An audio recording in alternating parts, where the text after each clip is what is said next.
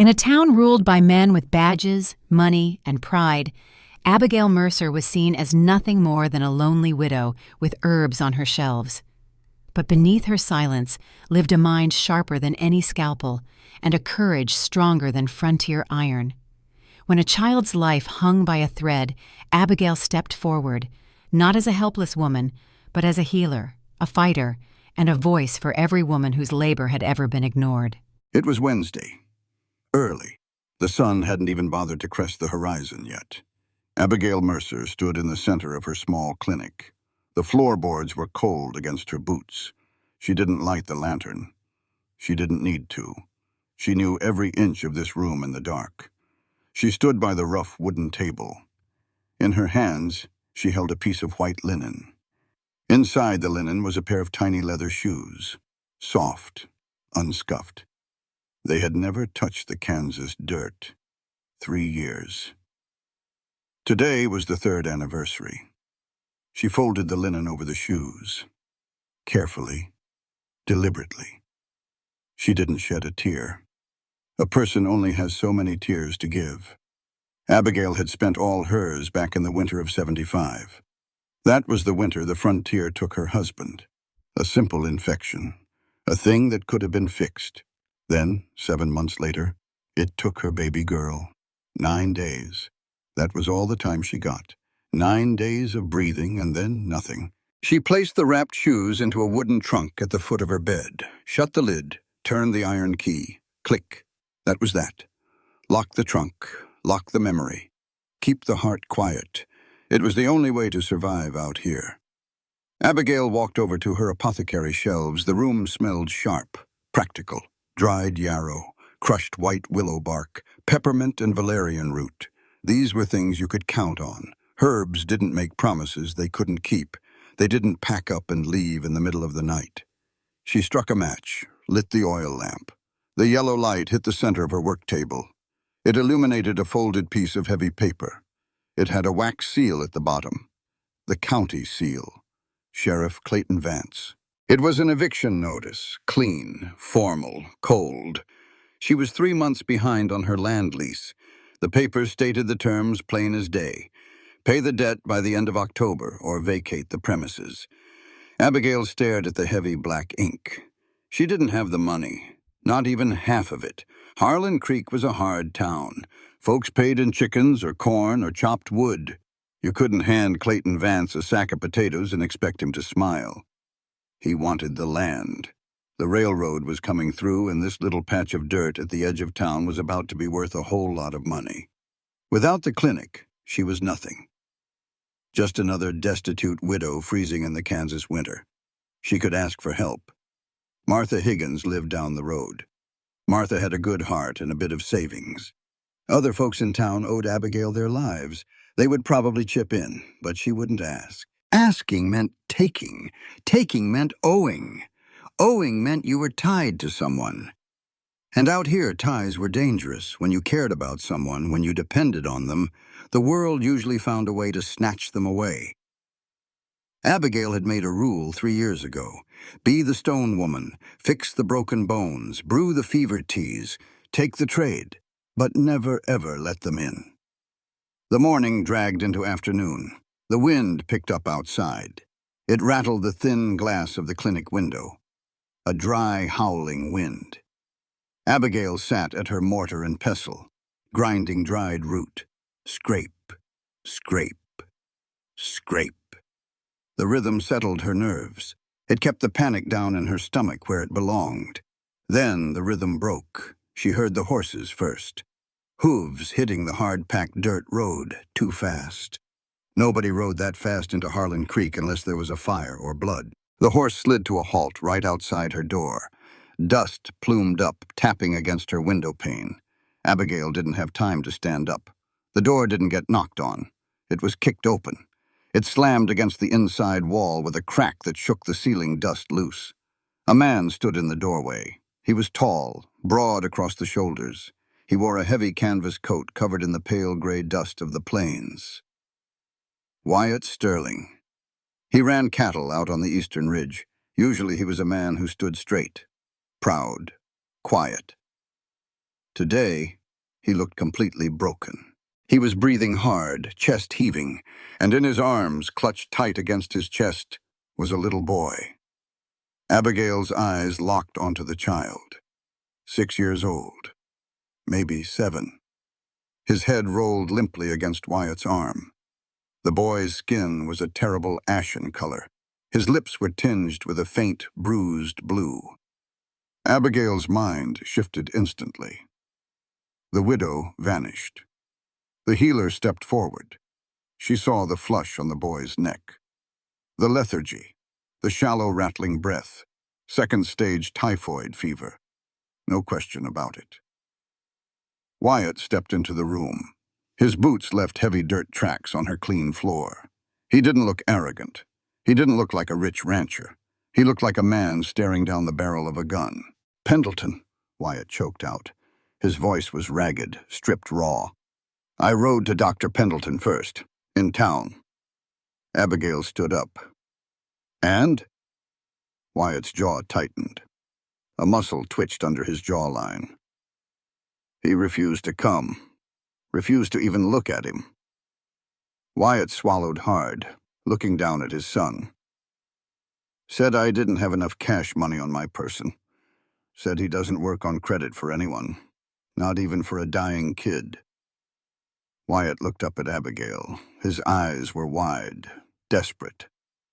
"I have money at the ranch. I left in a hurry. The boy doesn't have time for me to ride back." Abigail stood completely still.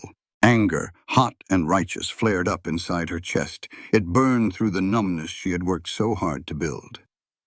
Dr. Horace Pendleton, a man with framed diplomas on his wall, turning away a dying child over paper money. She looked at the little boy. Then she walked around the table and stopped right in front of Wyatt Sterling. She didn't whisper. She didn't soften her voice. She spoke loud, clear, and steady. "A child's life is not measured in dollars, Mr. Sterling," Abigail said, her words cutting through the tension in the room. "The right to live is a basic human right. It is not a privilege reserved only for the rich or for those who happen to carry cash in their pockets. What Pendleton did is a crime against humanity. Every single person on this earth, regardless of their class or their wealth, has the absolute right to be healed and treated with dignity." Wyatt stared at her, stunned by the sheer force of her words. Abigail didn't wait for him to process it. She pointed a firm finger toward the narrow iron bed in the corner of the room. "Put him on that bed. Right now," she commanded. Wyatt moved. He crossed the room in 2 large strides and laid the boy down gently on the quilt. He pulled his hands back quickly, as if he was afraid of breaking him. Abigail was already moving. She grabbed a basin, a pitcher of fresh cold water, clean linens. "What is his name?" she asked, pouring the water. "Samuel," Wyatt said, his voice dropping to a whisper. "His name is Samuel." "All right, Samuel," Abigail muttered. She stepped to the bed. She placed 2 fingers against the boy's neck. The pulse was there, but it was incredibly fast, weak, fluttering under the skin like a trapped moth. His skin was burning up. "His mother?" Abigail asked, keeping her eyes on the boy. Wyatt stood back, his hands clenched into fists at his sides. "She passed 6 years ago, when he was born." Abigail paused for half a second. She knew that kind of ghost. She knew the weight of it in a house. She didn't offer pity. Pity didn't lower a fever. "He is entering the crisis stage of the typhoid," Abigail said. Her tone was purely medical now, clinical, grounded. "His fever is going to spike tonight. It will get worse before it gets better. He might seize. He might hallucinate. If his heart gives out from the heat, there is nothing I can do." She turned and looked at Wyatt. The man looked like he was about to fall apart. "But I am not going to let that happen," Abigail said, her voice dropping lower, finding that rhythmic, steady cadence again. "I am going to work. You are going to help me. I am not closing my eyes, and neither are you." Wyatt took a deep breath. The panic in his eyes receded, just a fraction, replaced by a desperate kind of focus. "Tell me what to do." Whatever you need. Take off your coat, roll up your sleeves. Go to the pump out back and bring me 2 more buckets of cold water. Then start chopping wood. We need the stove hot to boil the willow bark. Wyatt didn't hesitate. He stripped off his heavy canvas coat, throwing it over a chair. He turned and headed for the back door. Abigail looked back down at Samuel. The boy's chest rose and fell in shallow, jerky movements. She soaked a linen cloth in the cold water, wrung it out, placed it gently across Samuel's burning forehead. She had just told Wyatt Sterling she wouldn't sleep. She meant it. It was going to take 3 days. 3 days of fighting the fire in this boy's blood. 3 days of ignoring her own exhaustion. 3 days of ignoring the eviction notice sitting on her table. She had locked her heart in a trunk this morning. But looking at the small, pale face on her pillow, she knew the lock was already starting to give. "Hold on, Samuel," she whispered into the quiet room. "Just hold on." Outside, the heavy thud of an axe splitting wood rang out. A steady, driving rhythm. The vigil had begun. The clock on the mantel ticked, a steady, hollow sound. Midnight came and went, then 1 in the morning, then 2. Wyatt Sterling sat on a hard wooden chair in the corner of the room. He didn't lean back. He couldn't. His hands were clasped together between his knees, knuckles white. He watched the woman work. He didn't know her name. He only knew she was a widow.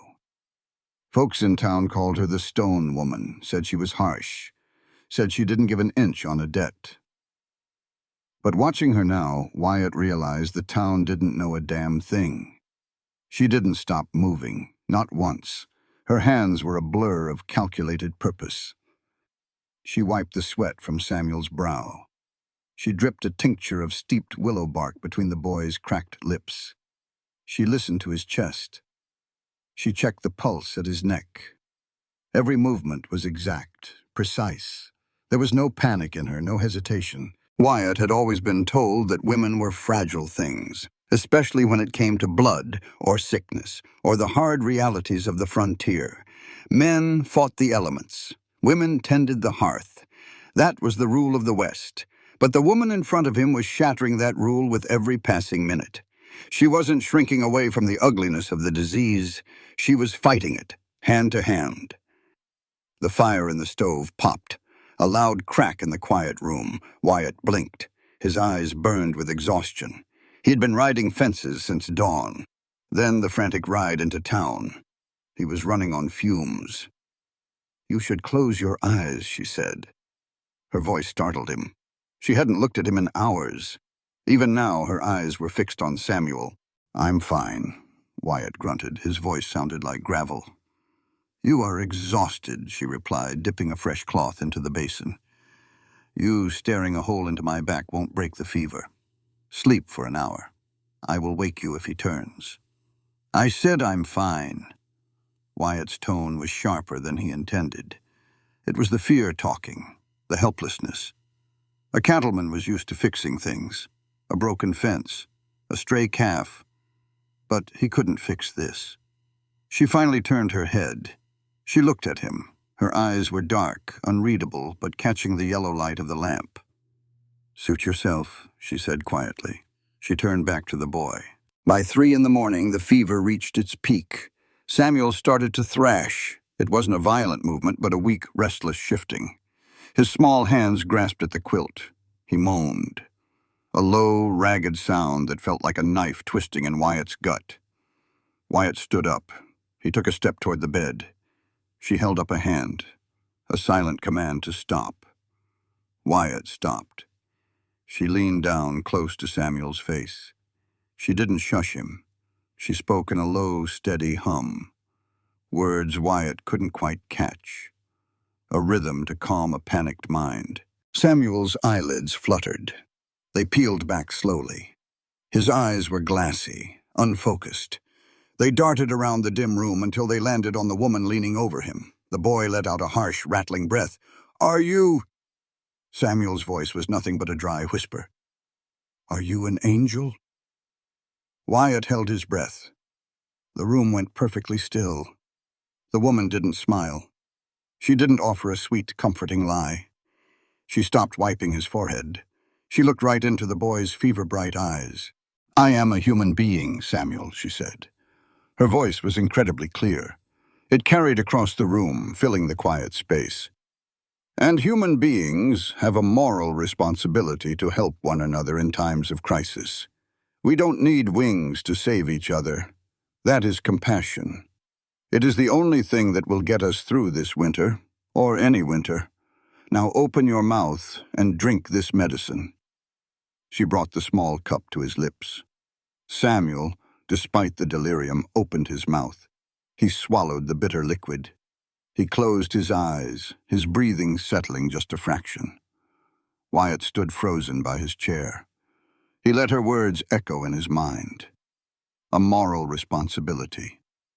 Not a favor, not charity. A duty between one human being and another.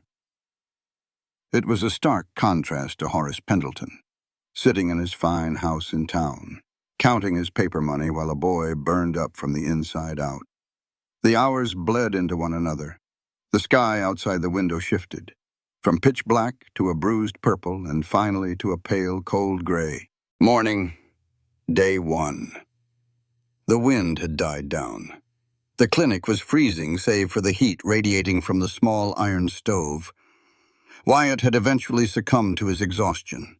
He was slumped in the chair, his chin resting on his chest, eyes closed. He woke with a start. The sound of water splashing brought him back. He sat up straight, his hand instinctively reaching for his belt before he remembered where he was. He looked at the bed. Samuel was still breathing, still asleep. The flush on his cheeks was a little less angry. The woman was standing at the wash basin.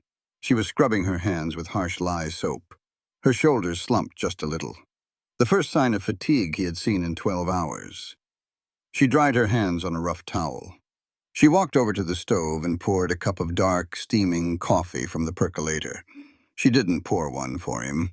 She stood by the window, wrapping both hands around the tin cup, looking out at the barren, frost-covered prairie. Wyatt cleared his throat. He stood up. His joints popped. "Did he wake again?" Wyatt asked. "No," she said, not turning around. "He is resting.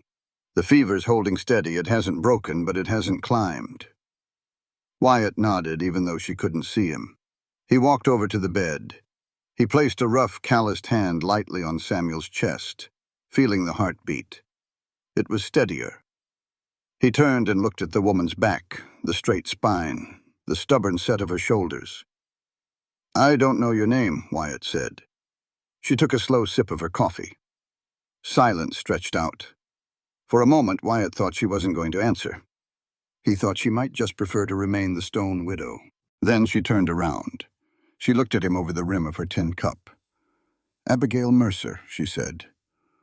Wyatt nodded slowly. He didn't offer a polite smile. He offered something better. He offered respect. "Wyatt Sterling," he replied. They didn't shake hands. They didn't nod in greeting. They just looked at each other across the room. Two people who had survived the night. The clock on the mantel kept ticking. The fever was still there. The fight wasn't over. But a line had been drawn in the dirt, and they were both standing on the same side of it. Day 2 felt heavier than day 1. The adrenaline from the night before was gone. It had burned off, leaving behind a deep, aching exhaustion in the bones. The light coming through the clinic window was harsh and flat. It illuminated the dust motes dancing in the air. It showed the dark purple shadows bruising the skin under Abigail's eyes. Samuel was worse. The fever had spiked again right around noon. It came back with a vengeance, bringing a slick, terrible sweat and a shallow cough that shook the boy's frail ribs. Abigail had to up the dosage of the willow bark. She had to strip the boy down and wrap him in damp sheets. It was a brutal thing to do to a shivering child, but it was the only way to pull the heat out of his core. Wyatt watched it all. He paced the small room like a caged animal. 3 steps to the door. Turn. 3 steps to the stove. Turn. He was useless. He knew cattle. He knew weather. He knew how to break a horse and sink a fence post in frozen ground. But right now, all his strength meant absolutely nothing. "He's burning up," Wyatt muttered, running a hand through his dusty hair. I know, Abigail said. She was wringing out a cloth over the basin. Her forearms trembled slightly. She had been on her feet for 30 hours. Is the medicine working? Wyatt demanded. He didn't mean to sound harsh, but the helplessness was making him mean. It is fighting, Abigail answered evenly. She didn't take the bait. She walked back to the bed and replaced the cloth on Samuel's forehead. Typhoid doesn't surrender easily. It is a war of attrition. We just have to outlast it. Wyatt stopped pacing. He stood at the foot of the bed. He looked at his son. Then he looked at Abigail. He was a practical man, a man of business. You didn't survive in Kansas by hoping for the best. You survived by knowing the cost of things. What is this going to cost me? Wyatt asked. Flat, direct. Abigail stopped tucking the damp sheet around Samuel. She slowly straightened up. She turned to face Wyatt. She didn't look offended. She didn't look shocked by the bluntness of the question. She thought of the paper sitting on her work table, the heavy black ink, the county seal, the eviction notice. She knew the exact number she needed, down to the penny. She looked Wyatt in the eye and stated the number. A solid, substantial sum. Exactly what she owed Clayton Vance for the land lease. Wyatt didn't flinch. He didn't blink. He just nodded slowly. He could afford it. It was a steep price for a frontier healer, but it was nothing compared to his boy's life. But then a dark thought crept into his mind. The thought of Horace Pendleton. The thought of men who took your money and walked away when things got hard.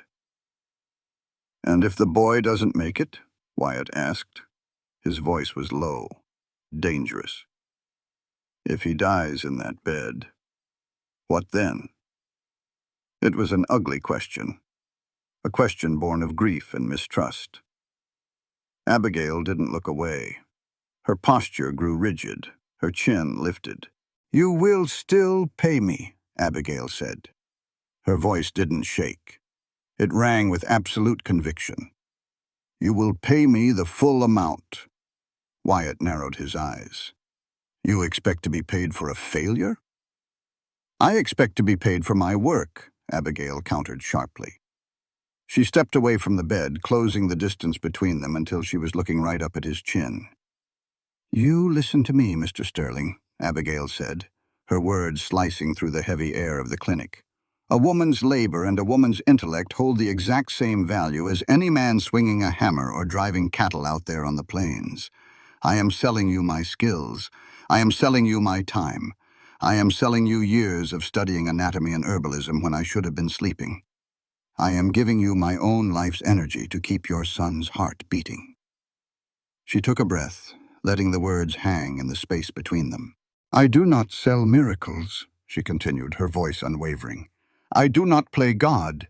I am guaranteeing you that I will not sleep. I will not eat, and I will not stop fighting for that boy until the fever breaks or his heart stops. But whether he lives or dies, my labor has value. My knowledge has value. And you will respect that value by paying me what we agreed. Wyatt stood completely still. He absorbed the verbal blow. He let her words hit him, hard and true. He thought about his wife. He thought about how she had worked the ranch right alongside him, mending clothes, tending the garden, keeping the accounts. He had loved her, yes. But had he ever truly valued her labor the way he valued his own? Had he ever seen it as equal? The uncomfortable truth settled heavy in his chest. Society had taught him that a woman's care was an instinct, a free service, an obligation of nature. Abigail Mercer was standing in front of him, demanding her right to be seen as an equal laborer, an equal mind. The anger drained out of Wyatt. The defensiveness vanished. He looked at the dark circles under her eyes. He looked at her raw red hands. That is fair, Wyatt said quietly. The gravel was gone from his voice. I respect that. You have my word. The debt will be paid, regardless of the outcome. Abigail stared at him for a long moment, searching his face for deceit, finding none. She let out a slow, controlled breath, The tension in her shoulders eased just a fraction. She nodded once. "Good," she said. She turned back to the bed. The negotiation was over. The partnership was sealed. Wyatt didn't go back to pacing. He looked around the clinic. He saw the empty water buckets by the door. He saw the wood box near the stove. It was half empty. He walked over to the door, picked up the two heavy wooden buckets. Abigail glanced over her shoulder. "Where are you going?" "You said you needed cold water," Wyatt said, "and the fire needs feeding." "I can fetch my own water," Abigail said automatically. A defensive reflex. She was used to doing everything alone. Wyatt stopped in the doorway. He looked back at her. "You are doing the healing," Wyatt said. "I am doing the hauling. We share the labor. That is how we outlast this." He didn't wait for an argument. He stepped out into the freezing wind, pulling the door shut behind him. Abigail stood alone in the quiet clinic. She listened to the sound of his heavy boots crunching on the frost-covered dirt. She looked down at Samuel. The boy shifted, letting out a small, jagged sigh. Abigail reached out and adjusted the cold cloth on his forehead. Her hands were still tired, her back still ached, but the room felt a little less empty. A few minutes later, Wyatt returned. The bucket sloshed with icy water from the pump. He brought in an armful of split oak, dropping it into the wood box with a heavy clatter.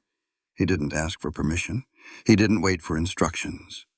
He opened the iron door of the stove and started feeding the fire, building the heat back up. Abigail took the fresh water. She began the process again, wringing the cloths, bathing the boy's fevered skin, mixing the herbs. They fell into a rhythm, a silent choreography of survival.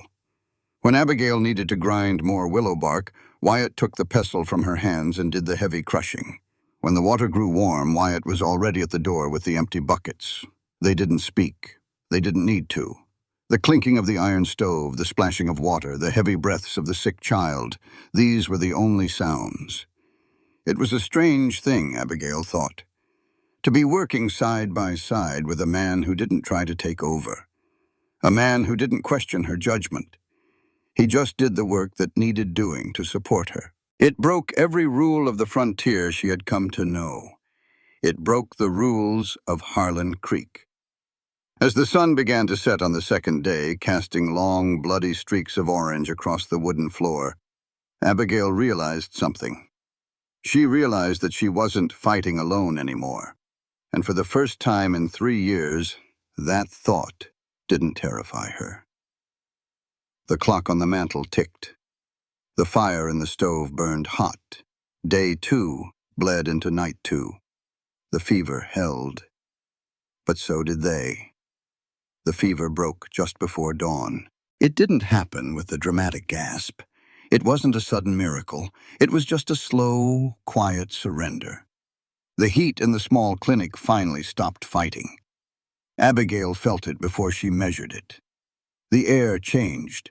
The smell of burning sickness faded, replaced by the damp, sour smell of heavy sweat. She sat on the edge of the iron bed. Her back screamed in protest. Her hands were wrinkled from hours in the wash basin. She pressed the back of her wrist against Samuel's forehead. Cool, damp, human. Abigail closed her eyes. She let out a breath she felt like she'd been holding for 3 days. In the corner, the wooden chair creaked. Wyatt Sterling sat up. He had dozed off for maybe 20 minutes. His eyes were bloodshot. The dust on his face was streaked with sweat. He didn't ask. He just looked at her. "It's over," Abigail said. Her voice was barely a croak. "The fever broke. He is going to live." Wyatt didn't shout. He didn't jump up. He simply bowed his head. He pressed the heels of his heavy hands into his eyes. His shoulders shook.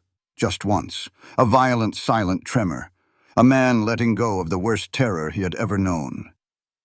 On the bed, Samuel shifted. The boy's eyelids fluttered. They opened. The glassy, terrified look was gone. His eyes were clear, tired but clear. He looked at the ceiling, then he looked at Abigail. "I'm thirsty," the boy whispered. It was the sweetest sound in the world. Abigail reached for the pitcher, poured a small cup of clean water. She slipped an arm under Samuel's thin shoulders and lifted him up. Slowly, she said. Just a sip. Samuel drank. He looked over Abigail's arm and saw his father. Wyatt was standing by the bed now. He looked like a giant in the small room. He looked afraid to touch his own son, like the boy was made of spun glass. "Pa?" Samuel said, his voice cracked. Wyatt dropped to his knees, right there on the hard pine floor. He didn't care about the dirt. He didn't care about looking strong. He reached out and took Samuel's small hand in both of his massive ones. "I'm here, Sammy," Wyatt choked out. "I'm right here." "I was hot," Samuel said. "I know. But you're safe now. You're safe." Abigail stepped back. She walked over to her work table. She gave them the room. She turned her back to them and started sorting her dried herbs. She didn't need to see this. She didn't want to see it. It pulled at that lock on her chest. It made her remember the weight of a child in her arms. She focused on the yarrow, the willow bark, the mortar and pestle. An hour passed. The sun came up strong and bright. It poured through the glass, warming the cold corners of the clinic. Samuel fell back asleep. It was a real sleep this time, deep and healing. Wyatt stood up. He walked over to the stove and poured the last of the coffee. He stood near Abigail's table. "I need to get him home," Wyatt said quietly. "His own bed. It will be better for him." Abigail nodded. "Keep him warm. Clear broths for 2 days. No heavy meat. The stomach lining is still weak. If the fever spikes again, you come straight back. But it shouldn't." "I understand." Wyatt reached inside his canvas coat. He pulled out a worn leather pouch. It was heavy. He untied the leather string. He counted out the greenbacks. He stacked them on the wooden table. Crisp, hard money. He counted out the exact amount Abigail had demanded. The exact amount she owed Clayton Vance for the land lease.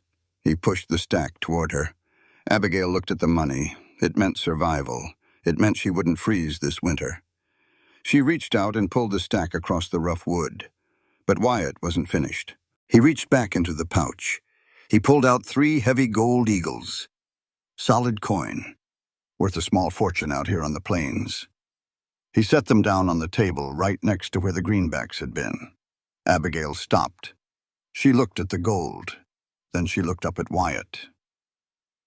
"We agreed on a price," Abigail said. Her voice was flat, defensive. "I named my sum. You paid it. I don't take charity, Mr. Sterling." She pushed the gold coins back toward him. Wyatt didn't take them. He crossed his arms over his chest. He looked her dead in the eye. "It isn't charity," Wyatt said. His voice was steady. It didn't have the frantic edge of a terrified father anymore. It had the weight of a man who had done some hard thinking. "Then what is it?" she asked. Wyatt took a breath. He looked around the clinic, at the boiling pots, the blood-stained linens in the corner, the dark bags under Abigail's eyes. "I owe you a debt of truth, Abigail," Wyatt said. He spoke slowly, making sure every word landed exactly where he wanted it to. "When I rode in here 3 days ago, I was desperate. But I also carried a blindness. The same blindness most men out here carry. I expected you to save my boy because you are a woman, and men are taught that a woman's care is just a natural instinct, something free, something expected." Abigail didn't interrupt. She held his gaze. Wyatt pointed at the gold coins.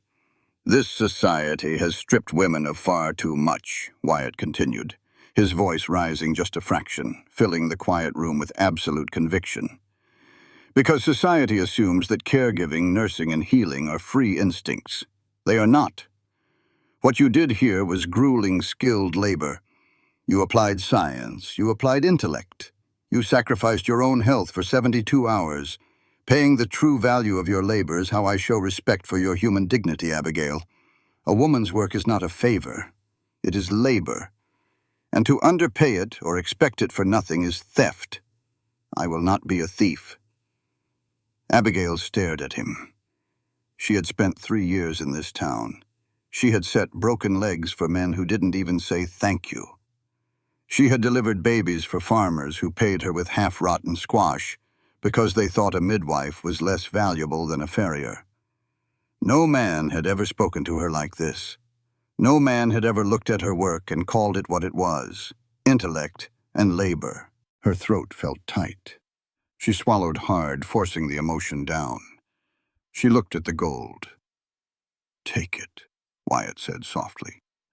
"Not as a gift, as your rightful wage, because you earned it." Abigail slowly reached out. Her fingers brushed the cold metal of the coins. She gathered them up.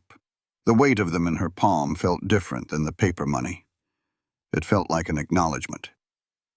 "Thank you, Wyatt," she said quietly. Wyatt nodded. He turned away. He walked over to the bed and carefully wrapped Samuel in a heavy wool blanket. He lifted the sleeping boy into his arms. He walked to the door, paused, looked back over his shoulder. "If you ever need anything from the Sterling Ranch," Wyatt said, "you send word. I am a man who pays his debts, and I owe you more than gold." He stepped out into the bright morning sun.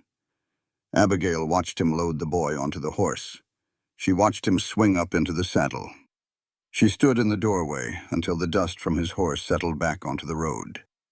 The clinic was silent, empty. The adrenaline finally crashed. Her legs gave out. She grabbed the edge of the table to steady herself. She didn't clean the wash basin. She didn't sweep the floor.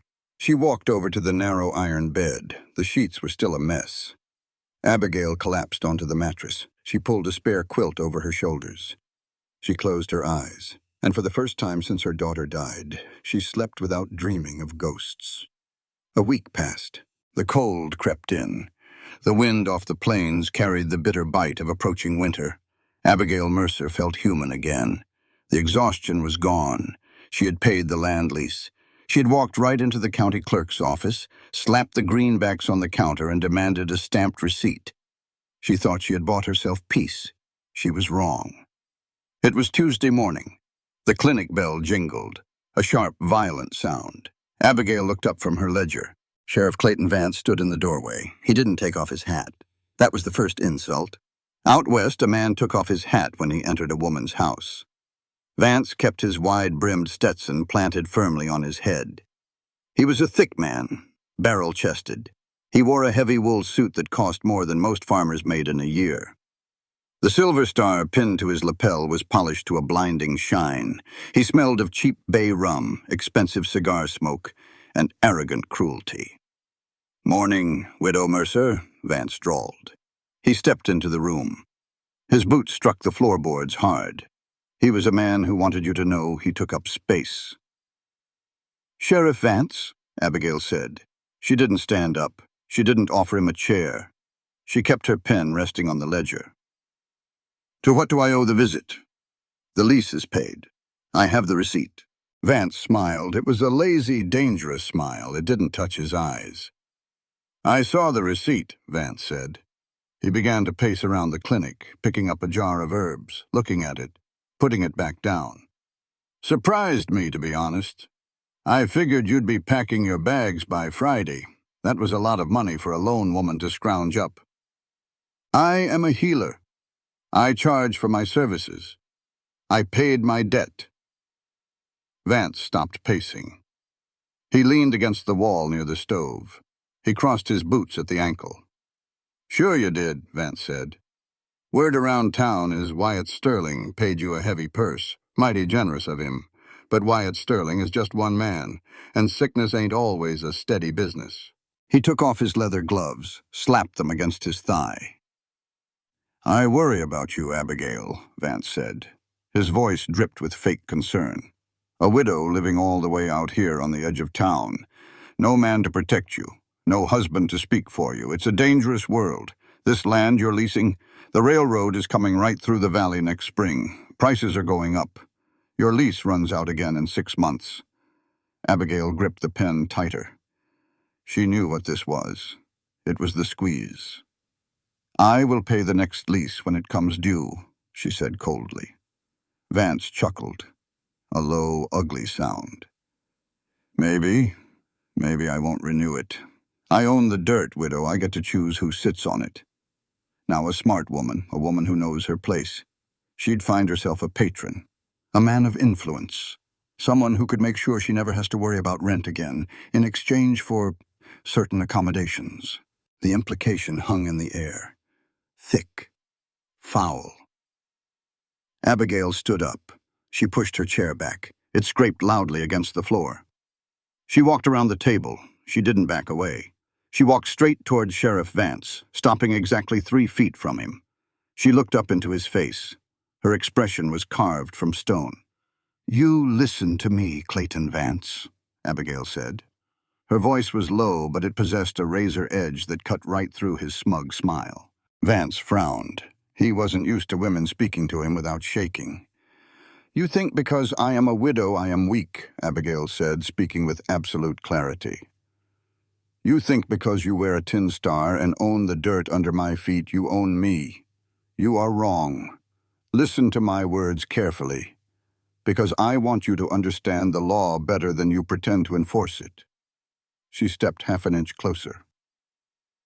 "My dignity does not depend on a man's protection," Abigail stated, her voice ringing with defiance. "I do not need a patron.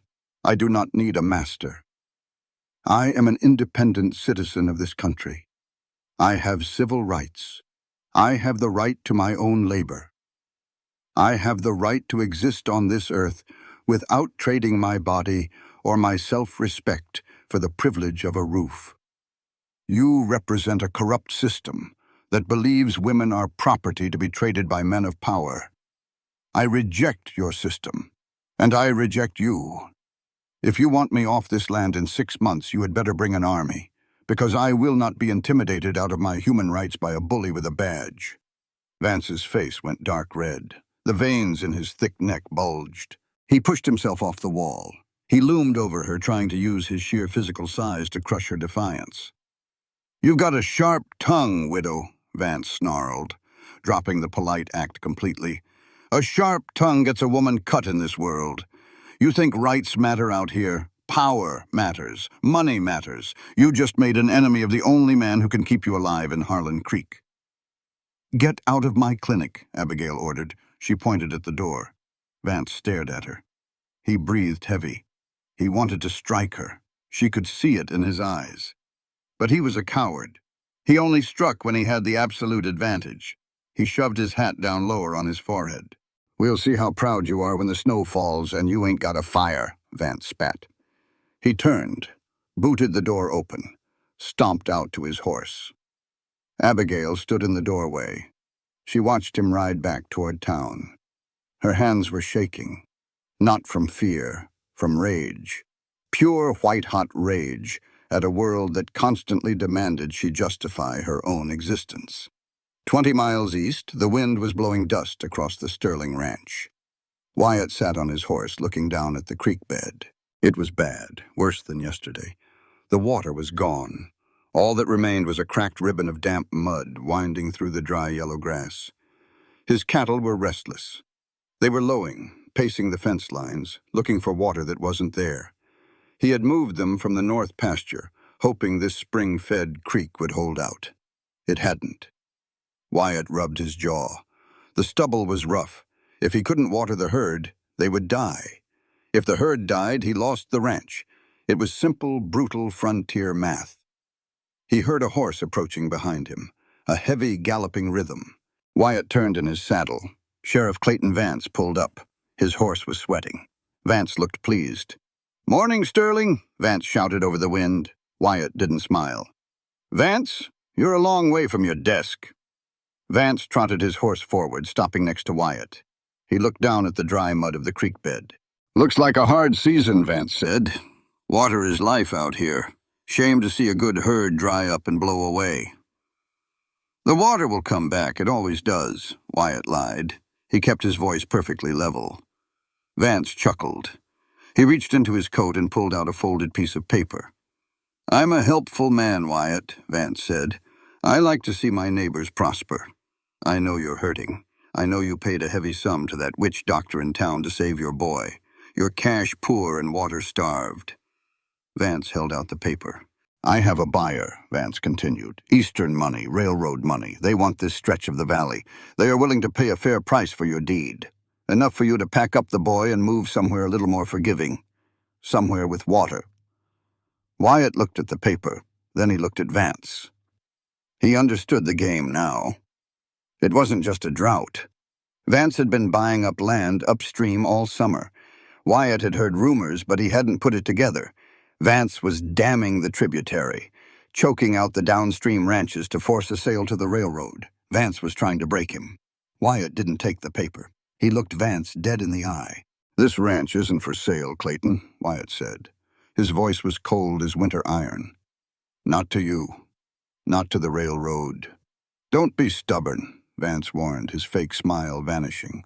"Pride don't water cattle. You fight me, you lose everything." "Then I lose it fighting," Wyatt said. He pulled hard on the reins, turning his horse around. "Get off my land, Sheriff. Before I forget you wear a badge." Wyatt rode away. He didn't look back. He rode back toward the main house. The wind whipped at his coat. The cattle kept lowing. The situation was desperate. He had no water. He had an enemy with the law in his pocket. But as he rode, he thought of Abigail Mercer. He thought of her standing over that bed, refusing to surrender, refusing to yield to the impossible. He straightened his spine in the saddle. The game wasn't over yet. The dirt road was hard. The frost had frozen the ruts solid. Wyatt rode slow. He didn't push the horse. He needed the time to think. Vance was a snake, but he was a snake with teeth. The railroad money was real. The drought was real. If Wyatt didn't find water soon, the herd would drop. If the herd dropped, he'd have to sell to Vance for pennies or watch the bank take it all. He needed an edge. He thought about the map his grandfather had left him, a crude drawing of the underground aquifers. He had dug 3 dry wells based on that map. The old man had been guessing. He rode past the edge of town. The small, neat clinic came into view. Smoke was rising from Abigail's chimney, a thin gray ribbon against the bright blue sky. Wyatt didn't ride to the hitching post out front. He rode around to the back. He tied his horse to the split-rail fence. He reached into his saddlebag and pulled out a heavy canvas sack. It squirmed. He walked up to the back door and knocked.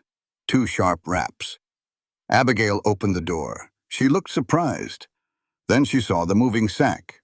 "What is that?" she asked. "A problem," Wyatt said. He stepped inside without waiting for an invitation. He set the sack down gently on the floor. He untied the thick rope. A foal poked its head out. A bay, beautiful but thin, and its front left leg was bent at a terrible, unnatural angle. Abigail sucked in a breath. She dropped to her knees immediately. Her hands hovered over the broken leg, not touching it yet. "How?" she asked. "Coyote hole," Wyatt said. "Out on the East Ridge. The mother was frantic. I had to rope the foal and drag it back here. Pendleton won't touch animals. Says it's beneath a doctor of medicine." "Pendleton is a fool," Abigail said. Her voice was sharp, cold.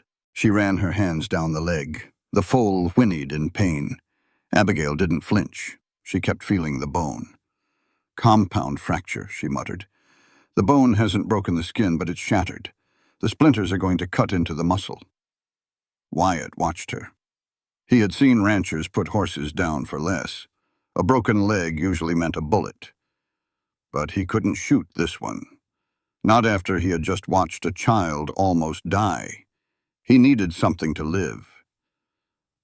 "Can you fix it?" Wyatt asked. Abigail stopped examining the leg. She looked up at Wyatt. She looked at the foal. Then she looked toward the front room of her clinic, toward her bed, toward the trunk at the foot of it. She closed her eyes for a long second. A silent debate. When she opened them, the decision was made. "I need to boil water," Abigail said. "A lot of it. And I need you to hold him completely still." Wyatt went to the stove. Abigail went to the front room. She knelt beside the wooden trunk. She took the iron key from her apron pocket. Her hands were shaking slightly. Not from fear of the surgery, but from the fear of opening this box, of opening the past. If this story touched your heart, please like, comment, share, and subscribe so more souls can ride with us across the emotional trails of the Old West. Click. She threw back the lid. There were the tiny shoes. She pushed them aside. Beneath the linen was a long, flat box made of polished mahogany. It looked out of place in the rough-hewn clinic. It belonged in a fine house in Philadelphia. Abigail lifted the box. It was heavy. She carried it back into the kitchen. Wyatt was stoking the fire. He turned around and saw the box. Abigail set it down on the table. She unlatched the brass clasps. She opened it. The firelight caught the gleam of polished steel, scalpels, bone saws, forceps, clamps, neat rows of precision instruments resting in dark blue velvet. They were perfectly clean, perfectly maintained, and completely terrifying. Wyatt stared at the instruments. Then he stared at Abigail. "That ain't the kit of a frontier healer," Wyatt said softly. Abigail didn't look at him. She began selecting the tools she needed, dropping them into a basin of boiling water to sterilize them. "No," Abigail said. Her voice was tight, controlled. "It is the surgical kit of Dr. Elias Marsh, Chief of Surgery at Philadelphia General Hospital." Wyatt frowned. "Who?" Abigail looked up. The firelight flickered across her face. It illuminated a sudden, fierce pride. "My father," she said. Wyatt absorbed the shock. He looked at the woman in front of him, the woman who dressed in plain homespun cotton, the woman who haggled over pennies for willow bark. "Your father was a surgeon," Wyatt repeated. "And he taught you." "He taught me everything," Abigail said. She pulled the sterilized scalpel from the boiling water with a pair of tongs. "From the time I was 10 years old, I read his medical texts. I assisted in his private clinic. I know anatomy better than Pendleton ever will. I know surgical techniques that haven't even reached this side of the Mississippi yet." Wyatt stepped closer. "Then why hide it? Why let this town call you a self-taught widow? Why let them pay you in chickens instead of gold?" Abigail stopped moving. She stood perfectly still, holding the scalpel over the basin. She looked at Wyatt, and the anger she had felt toward Vance earlier flared back to life. But this anger wasn't directed at Wyatt. It was directed at the world. "Because they fear a woman with a scalpel more than a man with a gun, Wyatt," Abigail said. Her voice rang out, clear and sharp, in the small kitchen. "This society is built on a lie. The lie that women are intellectually inferior. The lie that our minds are incapable of handling science or logic or the heavy responsibilities of medicine. If I told them I was educated by a chief surgeon, they wouldn't respect me. They would call me a fraud. They would call me an unnatural woman. Education brings equality, Wyatt. And equality threatens the power of men like Pendleton and Vance. They would rather let a patient die than accept that a woman is fully capable of saving them." Wyatt listened to the raw truth in her words. He felt a sudden deep shame for the times he had unquestioningly accepted those same societal lies. He looked at the instruments. He looked at the precision in her hands. "Their ignorance is a crime," Wyatt said slowly.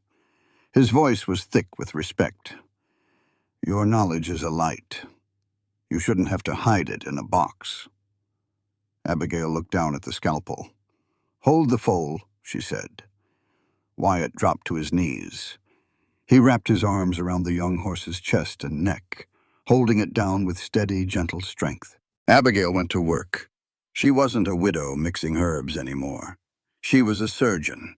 Her movements were breathtakingly fast and incredibly precise. She made the incision. She exposed the shattered bone. She didn't hesitate when the blood flowed. She used the clamps to stop the bleeding. She used the bone saw to clean the splintered edges. She set the bone back into place with a sickening crunch. She didn't speak. She just worked. Wyatt watched her. He watched the absolute focus in her eyes. He watched the way her hands moved with a practiced grace that only came from years of intense study. It took an hour. When she was finished, the bone was set, the wound was closed with tight, perfect stitches, and the leg was bound tightly in a rigid splint. Abigail stepped back. Her apron was stained with blood. Her hair was falling out of its pins. She looked exhausted, and she looked magnificent. She began to wipe down the instruments with a clean cloth. "Will it walk?" Wyatt asked, looking down at the sleeping foal. It will walk, Abigail said. She carefully placed the scalpel back into the velvet slot. It won't ever run a race, but it will live. Wyatt stood up. He wiped his bloody hands on his jeans. He walked over to the table. He looked down at the mahogany box. "My grandfather left me a map," Wyatt said suddenly. The words tumbled out before he could stop them. "A map of the water under my land." He was guessing. "I've dug 3 wells based on his guesses, all dry. The creek is gone. Vance knows it. Vance is trying to choke me out and force me to sell to the railroad." Abigail stopped cleaning the tools. She looked at him. She saw the desperation he was trying to hide. "Your father," Wyatt said, pointing to the box. "Did he have books? Textbooks? Did he teach you anything besides bones and blood?" Abigail slowly closed the lid of the mahogany box. "He taught me geology," she said quietly. "He believed a true doctor needed to understand the earth as well as the body. He studied the strata of the soil, the movement of underground aquifers." She reached back into the trunk. She pulled out a thick, leather-bound journal. The pages were yellowed. The spine was cracked. She held it up. "This is his journal," Abigail said. "His notes on the geology of the plains. I have read it 50 times. Wyatt stared at the book. It looked like a lifeline. "I have a wagon out front," Wyatt said. His voice was suddenly very tight. "I need you to come to the ranch. I need you to look at the dirt. I need you to tell me where the water is hiding." Abigail looked at the journal. Then she looked at the man standing in her kitchen. He wasn't asking for a favor. He wasn't demanding her help. He was asking for her intellect. He was asking for a partnership. "I'll get my coat," she said. The Sterling Ranch was vast, but it felt dying. Abigail rode next to Wyatt on the wagon seat. The wind tore at her shawl. The prairie grass was yellow and brittle. The cattle looked thin, their heads hanging low. Wyatt didn't speak during the ride, he just drove the team hard. They reached the dry creek bed late in the afternoon. The sun was starting to dip, casting long, mournful shadows across the cracked mud. Wyatt pulled the team to a halt. He jumped down and offered Abigail his hand. She took it. His grip was firm, calloused, real. She stepped down onto the dry dirt. She didn't look at the cattle. She didn't look at the empty horizon. She opened the leather-bound journal. "Show me where you dug," Abigail said. Wyatt led her along the bank. He pointed out 3 large depressions in the earth, deep pits that yielded nothing but dust and frustration. Abigail crouched by the edge of the deepest pit. She scooped up a handful of dirt. She rubbed it between her fingers. She smelled it. "Limestone," she muttered, checking the journal. "And shale. You dug where the ground was softest, where the topsoil was thickest." "It made sense," Wyatt said, standing over her. "Water flows to the lowest point."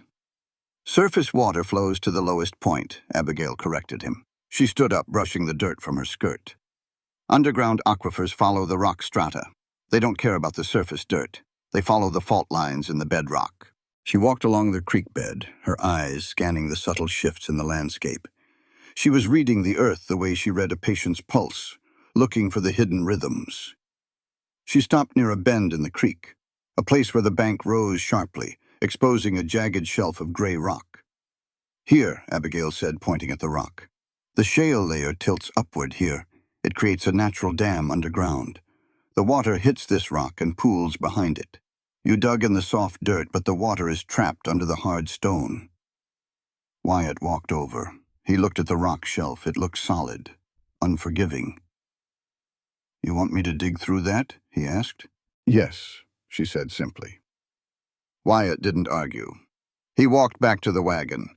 He pulled out a heavy pickaxe and a long iron digging bar. He walked back to the rock shelf. He took off his coat. He rolled up his sleeves. He swung the pickaxe. Clang! The sound rang out sharp and metallic. Sparks flew off the gray stone. Wyatt grunted. He swung again. Abigail sat on a large boulder a few yards away. She opened the journal, tracking his progress against her father's notes. The sun began to set. The sky turned a violent, bruised purple.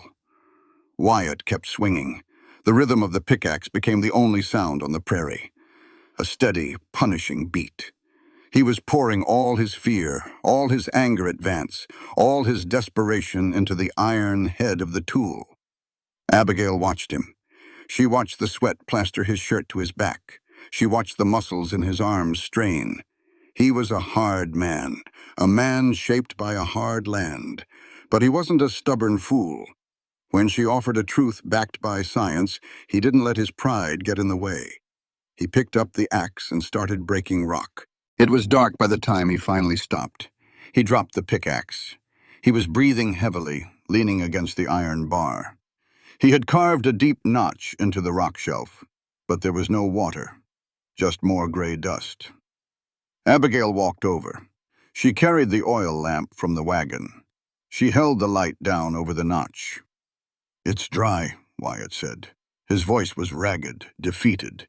"The old man was wrong. Your father was wrong. There is nothing under here." Abigail knelt down. She ran her fingers over the freshly broken stone at the bottom of the notch.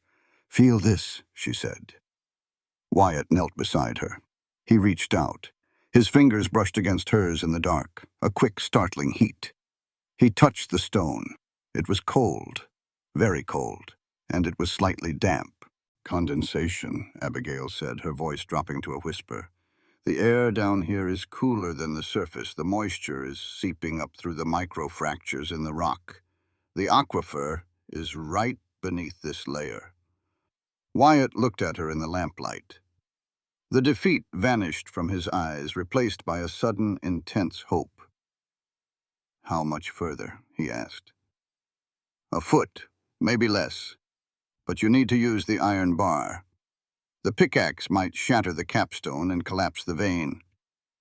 Wyatt grabbed the heavy iron digging bar. He stood up. He positioned the pointed tip against the bottom of the notch. He lifted it high and drove it down with all his remaining strength. Thud. The sound was different, not a metallic clang, but a deep, hollow thump. He pulled the bar up. He drove it down again. Crack. The rock gave way. There was a sudden rushing sound, like a long exhalation of breath from the earth itself. Wyatt stumbled back. A jet of dark, freezing water shot up from the hole, spraying across the dry creek bed. It wasn't a trickle, it was an arterial spray. A pressurized vein of pure, clean water bursting to the surface. The water soaked Wyatt's boots. It splashed against Abigail's skirt. Wyatt stared at the water. He dropped the iron bar. He fell to his knees right in the middle of the growing puddle. He scooped up a handful of the freezing water and splashed it across his face. He laughed. A loud, ragged sound of pure relief. Abigail watched him. She felt a strange tightness in her chest, a feeling of profound accomplishment, not just because she had found the water, but because she had shared her knowledge and it had been respected. Wyatt stood up. He walked over to her. He was dripping wet, covered in mud and rock dust. He looked down at her. "You didn't just save my boy," Wyatt said quietly over the rushing sound of the new spring. "You saved this ranch. You saved everything I have." Abigail looked back at him. She didn't deflect the praise. She didn't minimize her role. "We saved it," she said firmly. "I provided the science. You provided the labor. A partnership of equals." Wyatt nodded slowly. He stepped closer. The space between them felt very small suddenly. "Abigail," Wyatt began, his voice rough. He didn't finish the sentence. The tension in the air shifted. It wasn't about survival anymore. It was about the sudden, terrifying realization that they were two people standing alone in the dark, and neither of them wanted to pull away. Wyatt took a breath. He looked away from her face, looking out over the dark prairie. "I need to tell you something," Wyatt said. The joy of finding the water faded, replaced by a heavy solemnity. "About my wife, about how she died." Abigail stayed quiet. She waited. "She went into labor early," Wyatt said, staring out into the dark. "It was bad from the start, I knew it. But I was arrogant. I was a frontier man. I believe the lie that men out here tell themselves, that birth is just nature, that women are built for pain and they don't need a doctor poking around. I told myself Pendleton would just charge me money to do what nature would do anyway. He swallowed hard. His jaw clenched. I waited, Wyatt confessed, the shame heavy in his voice. I waited until she stopped screaming, until she was too weak to fight.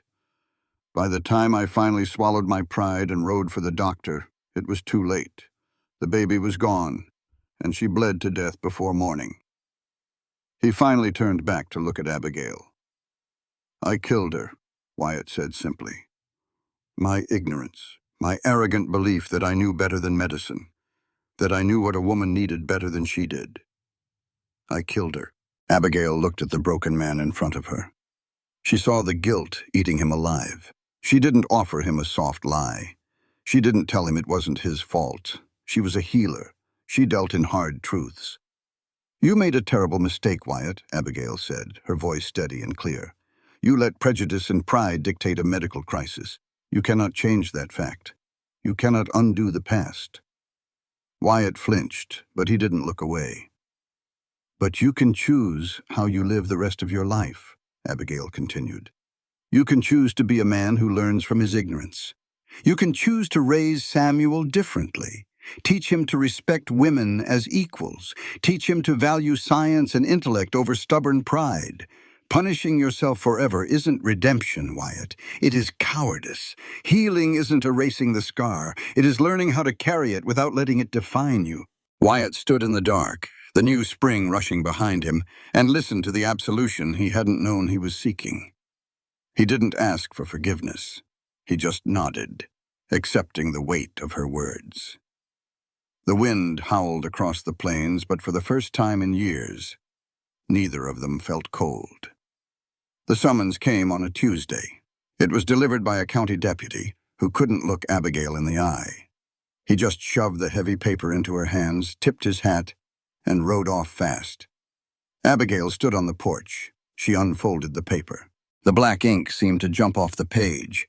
The county seal was stamped at the bottom. The charges were clear: practicing medicine without a medical license and extortion.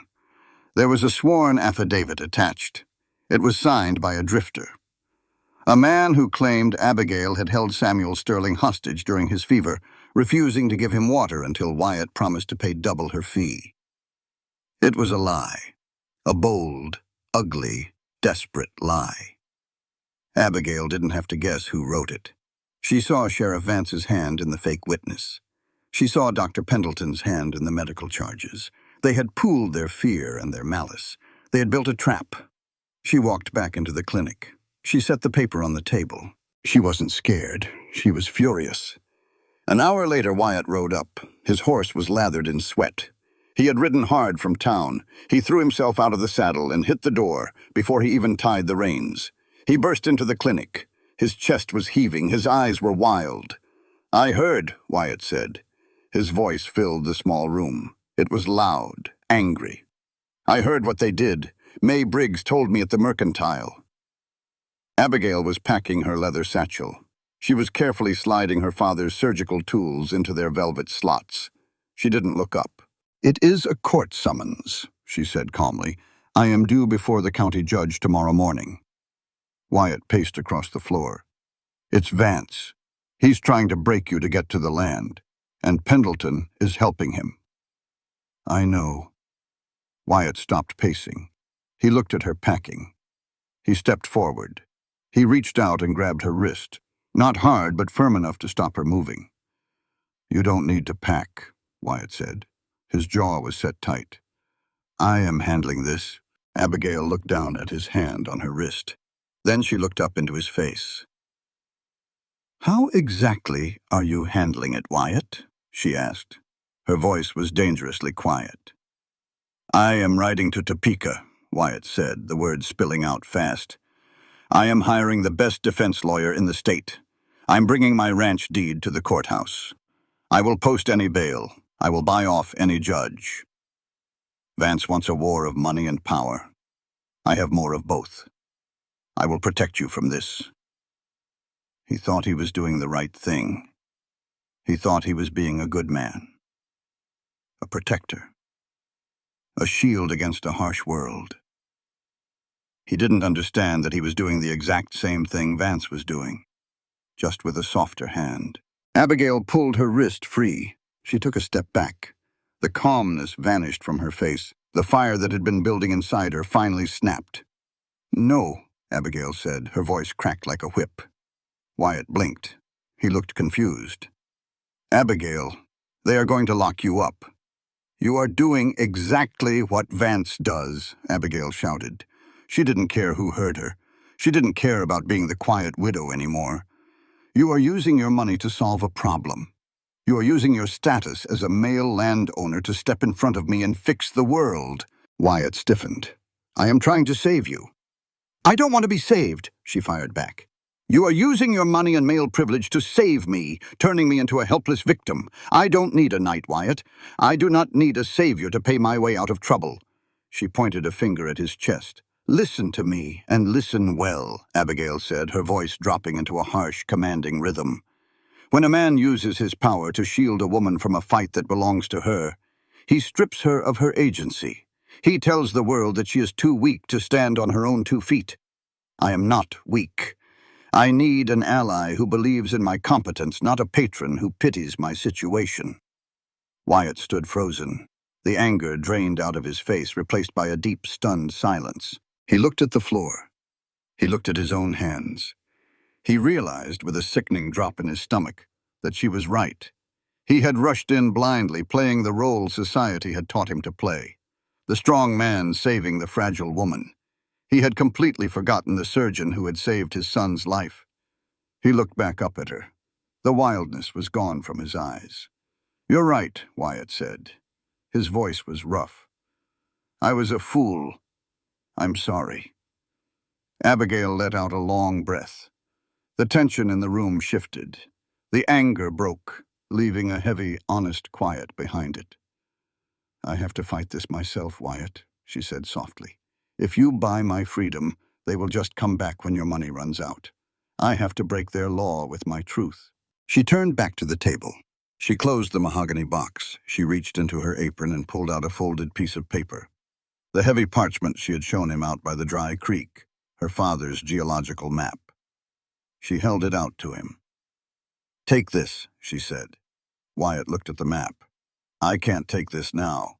Not while you're facing a judge." "Take it," Abigail insisted. She pressed it into his hand. "The water is there. You just have to dig where I marked it. Do not let Vance take your ranch while I am gone. I am saving myself, and here is the knowledge for you to save your land." Wyatt gripped the paper. It felt heavier than it was. It felt like a promise. He didn't argue anymore. He didn't offer his money. He looked at her with pure, absolute respect. "Give 'em hell, Abigail," he said. Wyatt turned and walked out the door. He didn't look back. He had a ranch to save. Abigail finished packing her bag. She strapped it tight. She blew out the lantern. She walked out to the small corral. She saddled her horse herself. She rode out of Harlan Creek as the sun was setting. She rode toward the county seat. She rode alone. The county courthouse smelled like old wood and cheap cigar smoke. It was a room built by men, for men. The benches were hard oak. The judge's bench was raised high, designed to make anyone standing before it feel small. Abigail Mercer didn't feel small. She stood at the defense table. Her spine was straight. Her chin was up. Sheriff Clayton Vance sat at the plaintiff's table. He looked incredibly smug. Dr. Horace Pendleton sat next to him, polishing his spectacles. They looked like two wolves who had finally cornered a rabbit. Judge Harrison looked down over his wire-rimmed glasses. He was an old man, tired. A man who preferred things to stay the way they had always been. "Abigail Mercer," the judge droned. "You are charged with practicing medicine without a state license, and with the extortion of one Wyatt Sterling. How do you plead?" "Not guilty, Your Honor," Abigail said clearly. Her voice carried to the back of the packed courtroom. Half of Harlan Creek had shown up to watch the widow fall. "The prosecution has presented a sworn witness to the extortion," the judge said, shuffling papers. "And Dr. Pendleton here testifies that you lack any formal medical credentials. A dangerous thing, Mrs. Mercer, playing God with herbs and roots." Abigail didn't look at Vance. She didn't look at the crowd. She picked up her leather satchel from the floor. She placed it on the heavy oak table. She unbuckled the straps. She reached inside. She didn't pull out herbs. She didn't pull out roots. She pulled out the polished mahogany box. She opened it, turning it so the judge could see the gleaming steel surgical instruments resting in the velvet. A murmur rippled through the courtroom. Pendleton stopped polishing his glasses. Abigail reached back into the satchel. She pulled out a heavy, rolled parchment bound with a silk ribbon. She untied the ribbon. She flattened the document on the table. It was large. The ink was thick and formal. The seal of the University of Pennsylvania Medical School was stamped heavily in the bottom corner. "I am not playing God, Your Honor," Abigail said. Her voice was steady, cutting through the whispers in the room. "I am practicing science." She picked up the document and handed it to the bailiff, who passed it up to the judge. "That is my father's medical license," Abigail stated. "Dr. Elias Marsh, Chief of Surgery. Attached to it are his official surgical logs spanning 20 years. You will find my name, Abigail Marsh Mercer, listed as his primary surgical assistant on over 300 major operations. I have logged more hours in a surgical theater than Dr. Pendleton has spent reading medical textbooks." Pendleton stood up, his face red. "This is an outrage. She is a woman. An assistant is not a doctor. She has no right." "I have every right," Abigail shot back, turning to face him. Her voice shook the rafters. The courtroom went dead silent. Abigail turned back to the judge. She spoke with a conviction that rattled the old wood of the room. "The right to practice medicine, the right to heal the sick, belongs to the educated mind," Abigail declared. "A mind has no gender, intellect has no sex. Denying a qualified healer the right to save a life simply because she is a woman is not the law. It is a crime against the sick. It is an arrogant, willful ignorance that costs human lives. The true danger to this county is not a woman with a scalpel. It is a society that values a man's pride over a child's heartbeat." The judge stared at her. He looked down at the surgical logs, the neat, precise handwriting, the sheer volume of medical data. He looked over at Vance. Vance was sinking lower in his chair.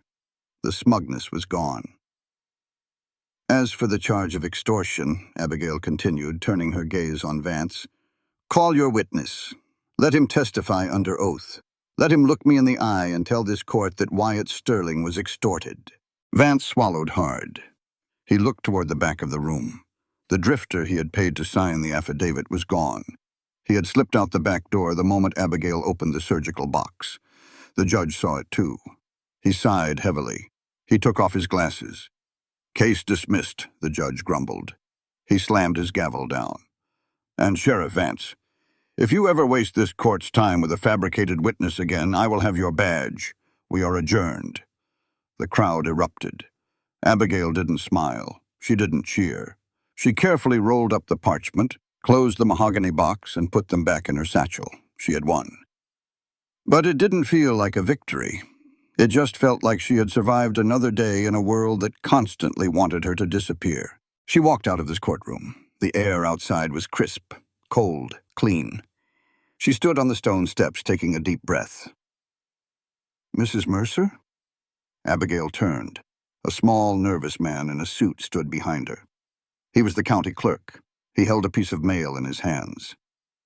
I found this in Sheriff Vance's outgoing box in the post office," the clerk stammered. "It's been sitting under a pile of ledgers for 2 years. He instructed me to hold all mail from the East Coast directed to you. I'm sorry. I shouldn't have listened." Abigail took the envelope. It was thick. The paper was yellowed with age.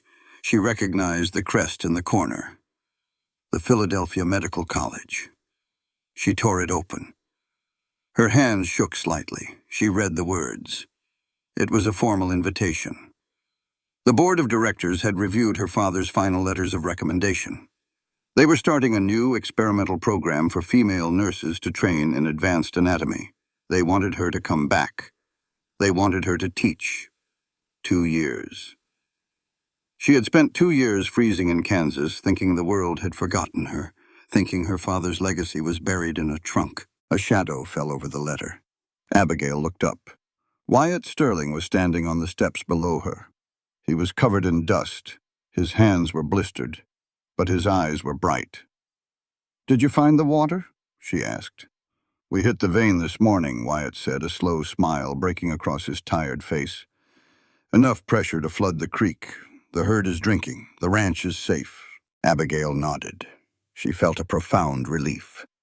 Wyatt looked down at the letter in her hands. He saw the crest. He saw the tears shining in her eyes. He walked up the steps until he was standing right in front of her. He didn't ask what it was. He could read the crest. He knew what it meant. It meant a way out. It meant the life she was actually meant to live. A lesser man would have panicked. A lesser man would have grabbed her hand and begged her to stay, told her the town needed her, told her he needed her. Wyatt didn't do that. He looked at the letter. Then he looked her right in the eyes. "You deserve that position, Abigail," Wyatt said. His voice was steady, absolutely certain. "You earned it. Your right to pursue your ideals, your right to use your brilliant mind is more important than anything in this narrow-minded town. Do not give it up for anyone." Abigail stared at him. Her whole life, men had told her what she couldn't do, what she shouldn't do, what was inappropriate. Here was a man telling her to fly, telling her that her ambition was more important than his own comfort. She looked down at the letter. Then she looked out at the street, at the dusty, hard town of Harlan Creek. Later that evening, the sun had set over the Sterling Ranch. The new water rushed through the creek bed. A loud, beautiful, musical sound in the dark. Abigail stood by the bank. Wyatt stood next to her. They watched the moonlight catch the white foam of the current. "Are you going to write them back?" Wyatt asked quietly over the sound of the water. "Yes," Abigail said. She didn't look at him. She watched the water flow. Wyatt nodded slowly. He shoved his hands into his coat pockets. He accepted it. "What about you, Wyatt?" Abigail asked suddenly. She turned her head to look at him. "What do you want?" Wyatt stopped. He looked at her. He didn't look away. "I don't want a housekeeper," Wyatt said, his voice deep and rumbling in his chest.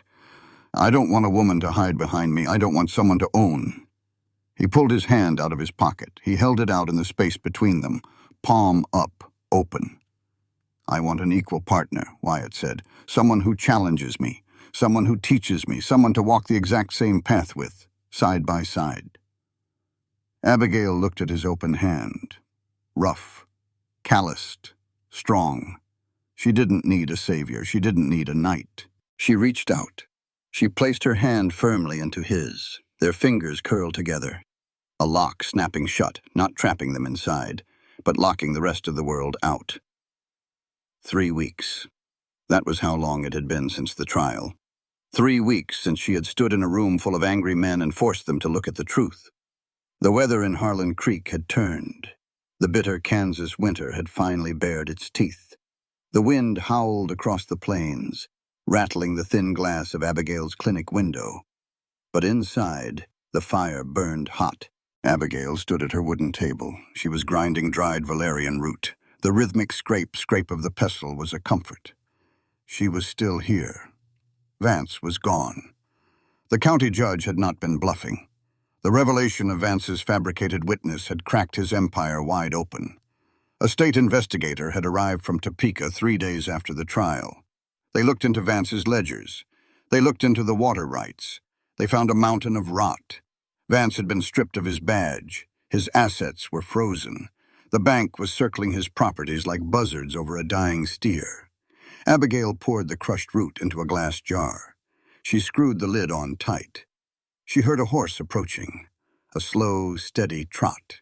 The horse stopped outside. Boots crunched on the frozen dirt. Heavy boots. Familiar boots. But this time the door wasn't kicked open. There was no frantic shouting. There was a knock. Two solid, respectful raps against the wood. Abigail walked to the door. She pulled it open. Wyatt Sterling stood on her porch. He was wearing his heavy canvas coat. His hat was pulled low against the wind, but he reached up and took it off the moment she opened the door. The snow dusted his broad shoulders. He didn't look like a desperate man today. He looked calm, grounded, like a man who had finally figured out exactly where he was supposed to stand. In his large, calloused hands, he held a wooden chest. It was made of polished cedar, bound in brass. "Morning, Abigail," Wyatt said. His voice was a deep, quiet rumble against the wind. "Morning, Wyatt. Come inside. It is freezing." Wyatt stepped over the threshold. He walked into the warmth of the clinic. He didn't set his hat on her table. He held it by his side. He placed the cedar chest gently on the worn wood of her workspace. Abigail looked at the chest. Then she looked at him. "What is this?" she asked. Wyatt didn't smile. He looked incredibly serious. "A few months ago," Wyatt started, his voice steady, "you worked 3 days without sleeping to save my son. You gave everything you had to a boy you didn't even know. And a few weeks ago you stood up in a courtroom and risked your freedom to save my ranch." He gestured to the cedar chest. "It took some time.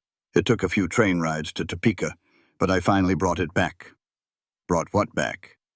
"Everything this town tried to steal from you," Wyatt said. He reached forward and unlatched the brass catch. He opened the lid. Abigail stepped closer. She looked inside. Lying on top was a heavy piece of legal paper. It was a property deed. The county seal was fresh. "Vance's assets were liquidated," Wyatt explained.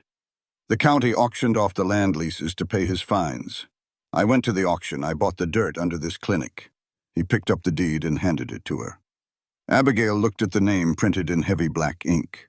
It didn't say Sterling. It said Abigail Marsh Mercer. "It is in your name," Wyatt said, making sure she understood. "Completely. Debt-free. Nobody will ever threaten to throw you out into the snow again. You own the ground you stand on." Abigail's throat felt tight. She traced her name with her thumb. "Wyatt, I cannot accept." "It is not a gift," Wyatt interrupted smoothly.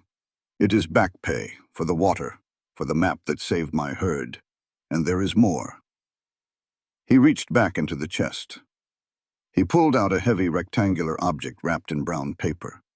He tore the paper away. It was a plaque, solid brass, polished to a high shine.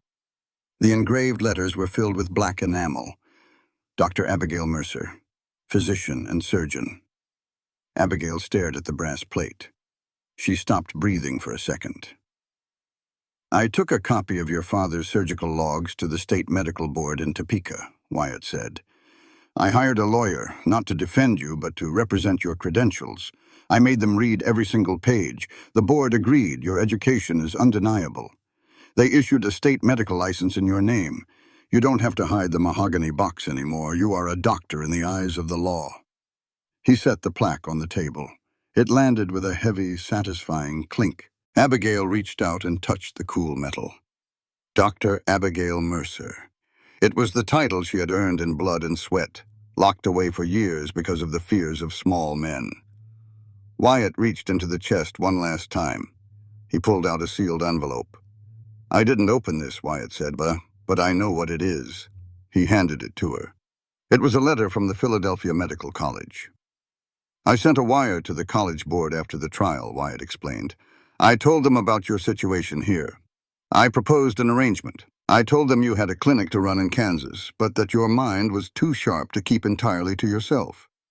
I suggested they allow you to draft the curriculum for their new women's program via correspondence, to teach through letters and medical journals." Abigail opened the envelope. She scanned the elegant handwriting. The college had agreed. They were thrilled by the prospect.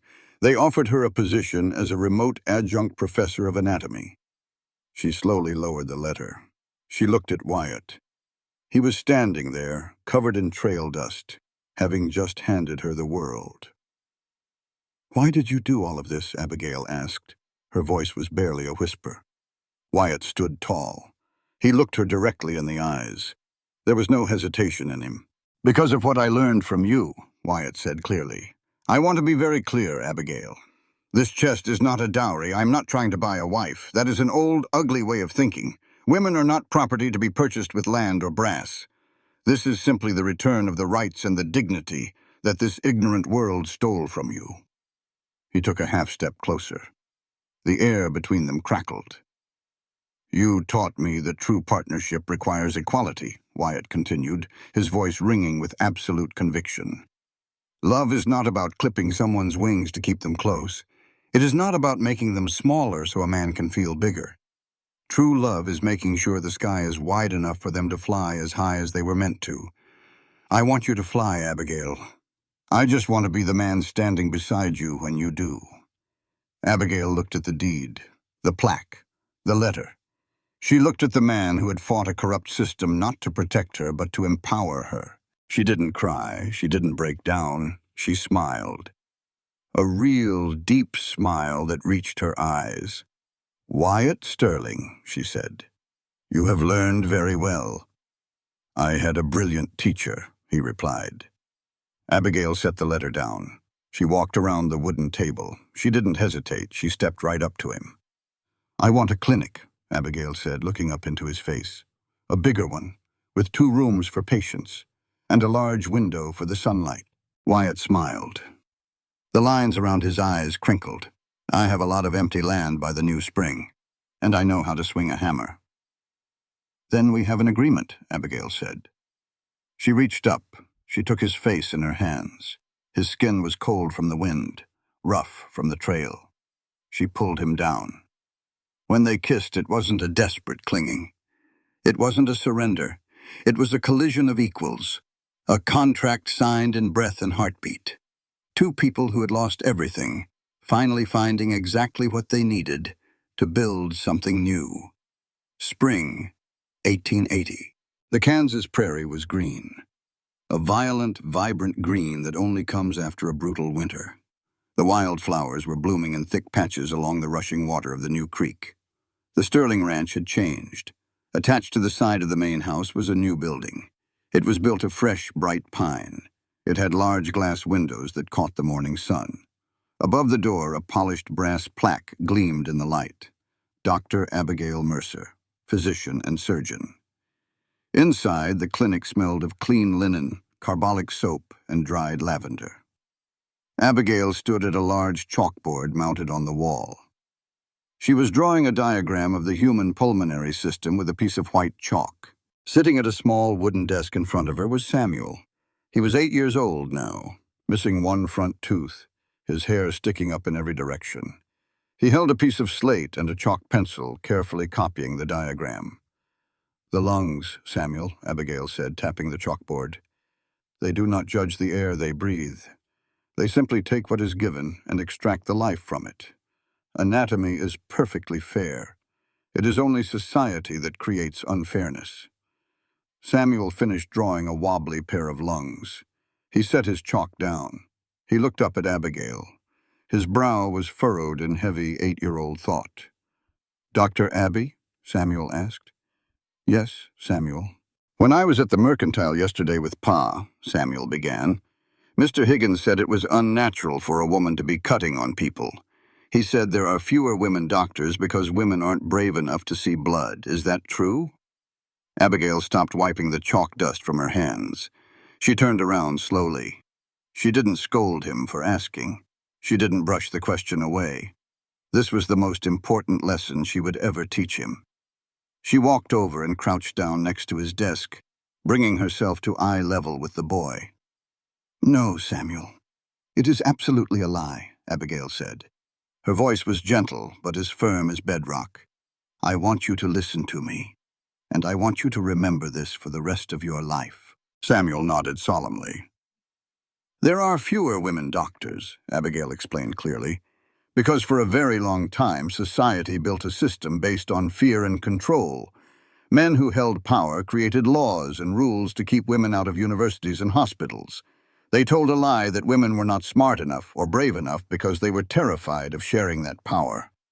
She reached out and tapped the boy gently on his chest, right over his heart.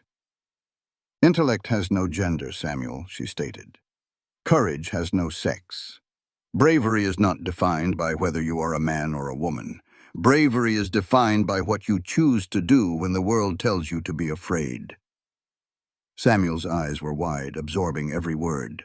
You must grow up to be a man who judges people by their mind and their character, Abigail continued, never by their gender. You must stand against those ignorant lies whenever you hear them, because true equality, the belief that every human being deserves the exact same rights and respect, is the only way a society can truly heal. Do you understand? Samuel sat up a little straighter. He looked at the slate, then back at Abigail. I understand, Dr. Abby, Samuel said firmly. Mr. Higgins is ignorant. Abigail let out a short, bright laugh. Well, we don't have to call him that to his face, but yes, his ideas are ignorant. She patted his shoulder and stood up. Now, back to the pulmonary artery. Where does it lead? Outside on the porch, leaning against the wooden railing, Wyatt Sterling stood listening. He held a cup of black coffee in his hand. He was looking through the open window, watching his wife teach his son how to be a better man than he had been. Wyatt smiled. He took a sip of his coffee. The wind blew across the green grass. The cattle grazed peacefully in the distance. The creek ran loud and strong. He looked at the brass plaque above the door. He looked at Abigail, her hands covered in chalk, her spine perfectly straight. They had lost a lot. They had both been buried under the weight of their own ghosts. But they had dug themselves out. They had refused to be victims. Wyatt set his coffee cup down on the railing. He pushed the clinic door open and walked inside. Abigail turned from the chalkboard. She saw him.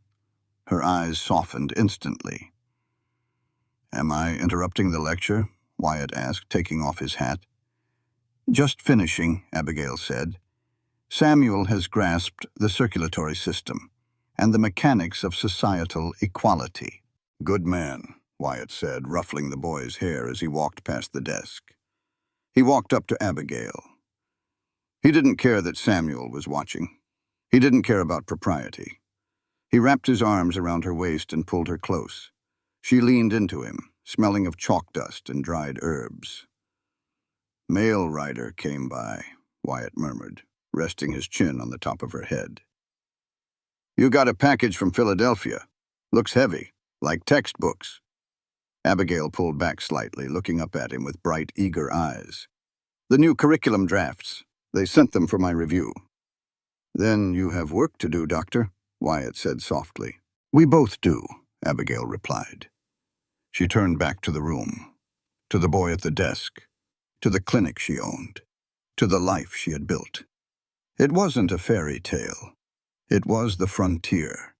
It was hard and it was dusty, and the winters would always be cold.